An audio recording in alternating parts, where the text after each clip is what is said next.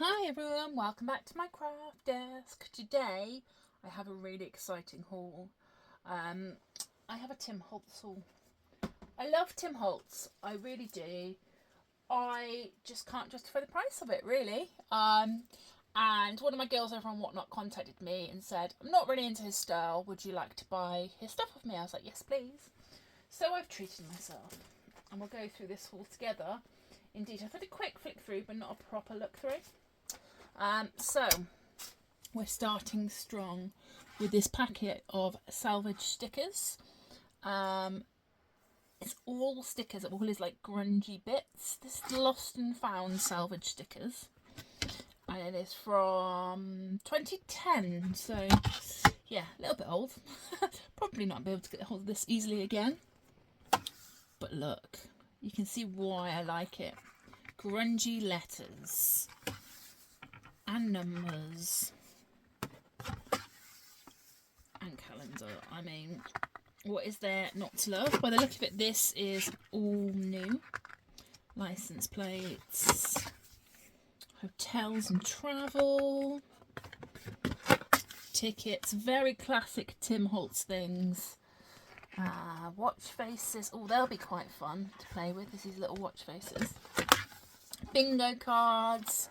Vintage people. I love it, and that seems to be brand new, so I'm gonna have fun playing with those. And there's stickers as well, which is always good because you can just grab them and go. Then I have two of the same one. This is the Crowded Attic collection. So there's 372 stickers. How much was in the other one? 379. And this is 2011. We'll just flick through one quickly. Oh, this is brand new. Brand new, never been opened. That can go there. Has this one been opened? Yeah. So, alphabet. These are like the letterpress letters, which are really cool. I like the grunge on them. The patina. More letters. I like dominoes. Love it. Look at the butterflies. I do love a butterfly. I've got to say, I do love a butterfly. And all the text ephemera. These are really thick quality. Let's see. Yeah, they're like a cardboard sticker, which is always good. I've never owned any Tim Holtz stickers before, I don't think. I've had sentiments off him, and I've had sentiment stickers, I guess. But they're not as thick as this. This is a nice sort of cardstock weight. Rulers. Buttons. Haberdashery. There's one missing here. But I'm really not that worried because I've got a whole second pad of them. So I'm more than happy with those. I've never had Tim Holtz stickers before. I haven't had any of this before. So these are ridiculously cute. These are the Tim Holtz tickets, 96 tickets. These are Adage tickets, collection of vintage style paper tickets. Display words. Does it tell me from when? 2008. But look. Oh, look at those. They're perforated. And they've got the words printed on them. And the cardstock paper they're on is like the old style ticket paper. These are lovely. Dream, hope, trust, wish. Wow. And all the little numbers are different. That's cool. They're all different numbered tickets. If you're going to use them in a row, it would all look like different ticket numbers. Play, live, adore, dream. I mean, they all look like they're there and they've never been used. Very cool find. That saves me making my own. I make my own quite often. Then we have lots and lots of inks and mixatives and things like that. So we've got some alcohol inks, some mixative, alcohol ink, alcohol ink, alcohol inks, a little bit of a sort out into category. Alcohol ink. I do like playing with mixed media backgrounds using alcohol ink, so these will be fun to play with. I didn't realise that before Tim Holtz released his Distress ink range, he used this range. This was his like first range of inks as such. Adirondack, I can't say it. But I've got ink pads of this ink because I really enjoy it. I like the colour tones on it. Makes sense now that I know that it's Tim Holtz associated with them. So these are mixatives. So this is a pearl and a copper.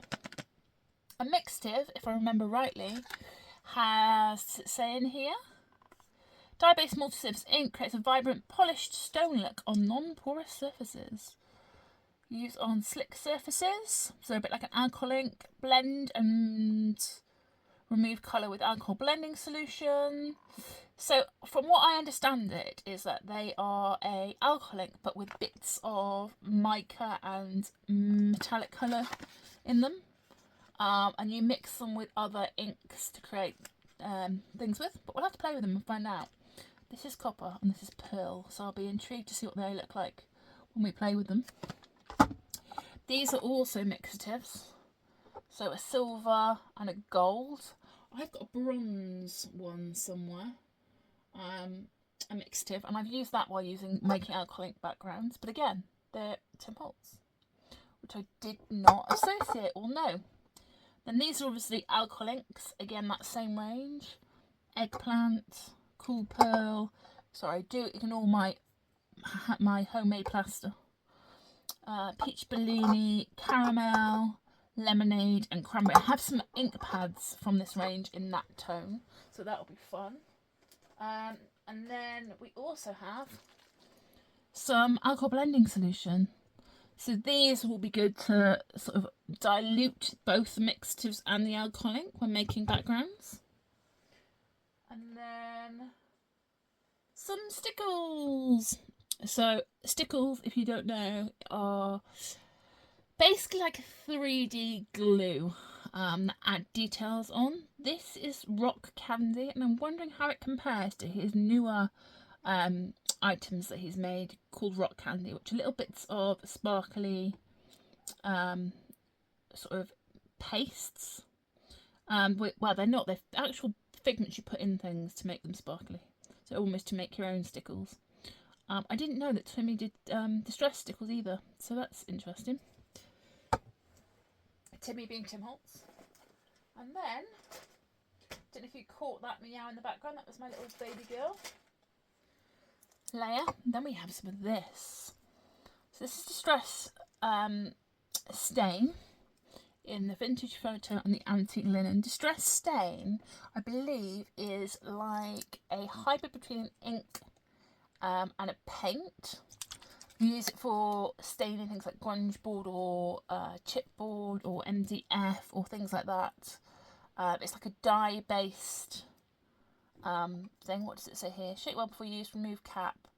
Easy ink coverage for backgrounds and large areas. Mist with water to lighten the colour and create mottled effects. Layer it for a more saturated look.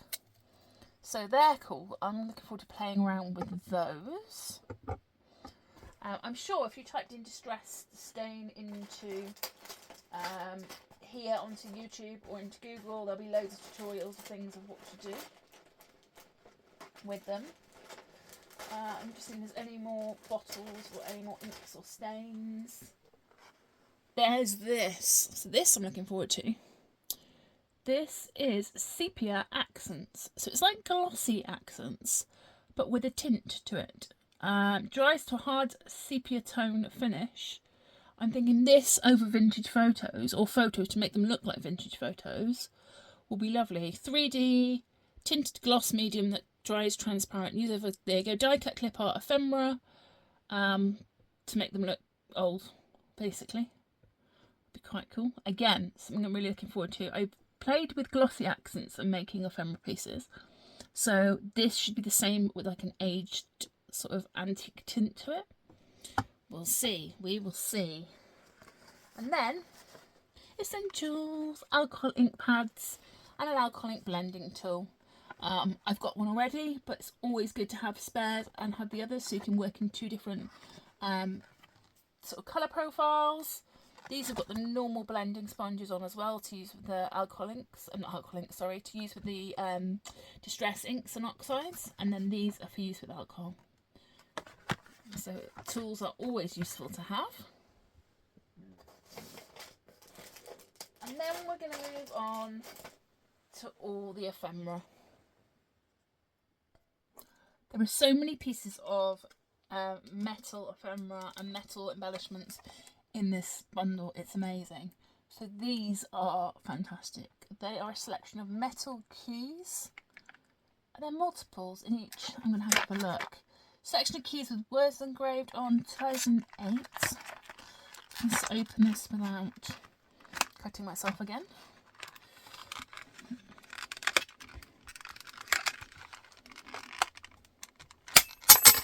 Oh, they're big, proper, chunky, like house keys. They're thick. How beautiful are they?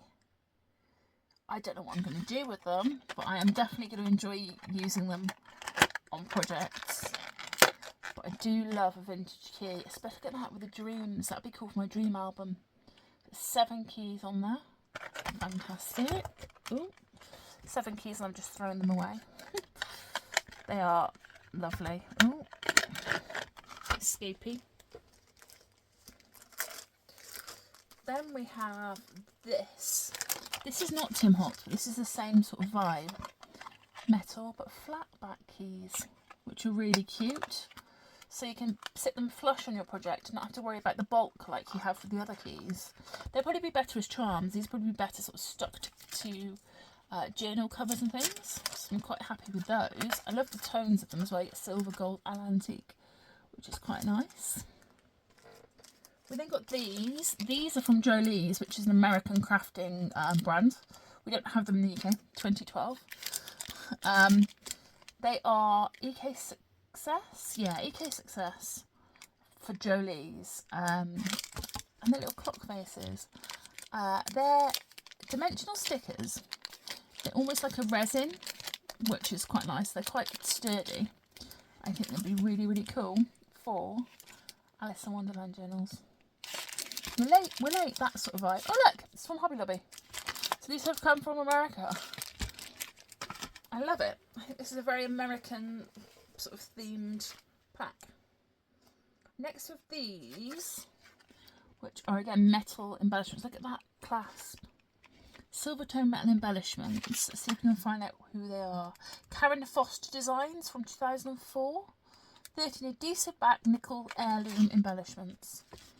So they're going to be self-adhesive. Oh yeah, you can see they've got double-sided tape on the back of them. Look at the look. Look at the book corners. This is a ready-to-go journal cover. Very cute. We then have a couple of packs of these little tiny bottle caps. They're really cute. They are hobby and craft item from Darcy, 2010. They're really, really tiny. I've seen bottle caps that are bigger, that are about 1 inch. These are probably half an inch in diameter. But they're really cute. And there's 15 in each pack. So I'm sure I will find things to do with that. Little cut-out images and decoupage, not decoupage, glossy accents, or sepia accents actually, on top to make them look grungy. That'll be cool.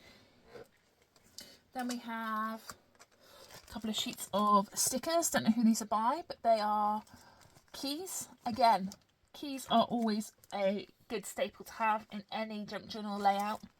They're quite versatile. You can use them for a lot of occasions and a lot of themes. So 2 sheets of those. Then these pivot clips, swivel clasps, device to attach things. Can also be used as a book closure. That's exciting. I'd like to see how that is used as a book closure. These are 2008. There's loads of them. I don't know how many are in there. 6 smalls and 6 large. I was thinking about using them for dangles on projects. But metal hardware is always useful to have. I'm intrigued to see how you use them as a book closure. I might have to go onto YouTube and have a look. That sounds interesting. Then we have hinge clips, bulldog clips, always useful to have for clipping onto your journals, clipping in tags and journaling cards and things like that. They're really useful to have. So there's an 8 again. These are black ones. I don't know if I've shown you. I've made my own. I've made my own grungy distress ones and oxidised them for using for that purpose. So it's really nice to have a range of colour options. Bulldog clips, as I like to call them. He calls them, what does he call them? Hinge clips. But they are very useful for holding things in place in journals. Then we have 3 packets of these. 5 in each packet. They are Michael's, American, aren't they? Michael's, American crafting brand. And they are cogs. Let me see if I can open up. There we go. One of these. I don't know if you can hear that aeroplane. There's an aeroplane flying past. And I even like the backing paper. Let's have a look what's inside these. Oh, no, they're 2 the same, and then these are different. These are clock handles. Let's have a look at these clogs. They're quite a big size. Oh, they're nice. Proper metal clog embellishments. Nice tones of metal as well. They're not shiny and new. They're sort of grungy. Be quite nice to make a steampunk album with these. So we've got 2 packs of those. And then a selection of clock handles. So that's very cool. Little like spinners and clock handles. Again, by Michael's. I'm not going to open up them just yet because they will go everywhere. Talking about clock handles and spinners, we have these Tim Holtz ones. The little brads to keep them in place. And they've got all the different sizes. Game spinners, he calls them. Game spinners, collection of arrows can be attached and spun from using or to denote direction or time. So it's an 8 again. I mean, they're very nice. I love the tone of his metal. It sounds really silly, but sometimes when people try and make like an antique brass tone and it looks really yellow and it looks so silly, it looks cheap. The Tim Holtz ones aren't. We're still going, people. We're still going. This is a giant lot. I should have pre-warned you. I'll grab all of these. So here are a couple more of those flat back keys we had earlier. They must have come off the sheet from earlier. So we've got 2 of those. And then these. So these are all antique tone embellishments. So this is it a key? What's a key? Is a key? It looks like it's broken. It looks like a broken key. We've then got some jump rings. They're always useful to have in the antique tone. Some scissors.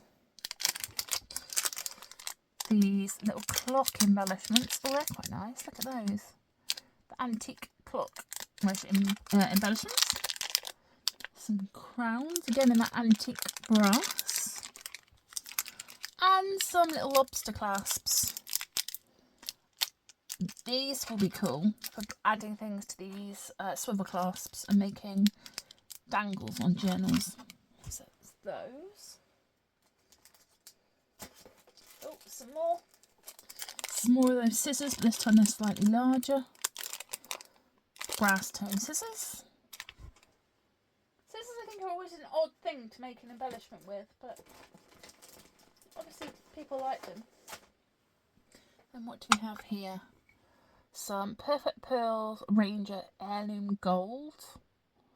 So that'll be nice. Perfect Pearls you rub over a surface to add colour to. So that'd be nice using your embossing powder in, not embossing powder, embossing folders, and use them to highlight areas would be quite nice. And then this, which is Ideology, which is Tim Holtz. Film strip ribbon. Let's have a look. Is it film strip? It looks like it is. I don't want to get it all out if I can't put it back in. But oh, look at that. It's like a distress film. So this would make cool little borders or just additional bits onto tags. Really cool. And it's plastic. It's like a plastic film rather than sort of a like thin sticker. It's quite substantial, so you can layer it, which would be nice. Oh yeah, it's Tim Holtz, so in the middle. Then we're still going, guys. We're still going. I think we're nearly at the end. I think this might be the last of our embellishments. Metal clogs, sprocket gears. 2008 again. Look at them. Oh yeah, again, it's that tone. It's that sort of darker silver grey tone and the coppery bronze. I love them. Absolutely love them. And then what do we have? Oh, these are now practical things. So, gloss finish paper for use with the alcohol inks. This is the alcohol ink based paper to be used with the alcohol inks from earlier in the video. Glossy. They're thicker so that they can take the liquid content of the alcohol inks. Matte on the back, glossy on the front. Use a Tim Holtz ink and stamping inks. More information, go to Ranger. So they'll be useful to play with. Card front size as well. So that's always good to have. I use photo paper quite often, but it's good to have those. Then we have this. This is the tiny attacher tool, I believe it's called. And what I think it is, I'm not 100% sure, is a stapler. Oh, it's got staples in it. Let's find something to test it out on. I think it's like a longer nose reach stapler, so you can staple things to your journal pages. Let's... Oh. Have I done that the wrong way? Let's have a look.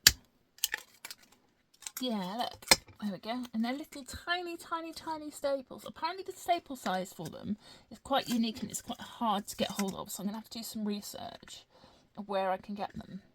But it's a tiny attacher, which is basically a baby stapler. And there are some sets of staples here to go with it. There you go, tiny attacher refills. So that's always good to have. Use the tiny attacher tool. Then talking about tools, we have this. So this came and I was like, I know what that is. I had this in my stash from a previous lot. What it is a sanding block. So this is the refill paper to go onto this sanding block for distressing things. For smoothing edges, for distressing grunge board and things like that. So this is a useful tool. It's slightly bigger as well. So there's sort of larger area to grunge up. Again, playing with craft cardstock and grunging that up.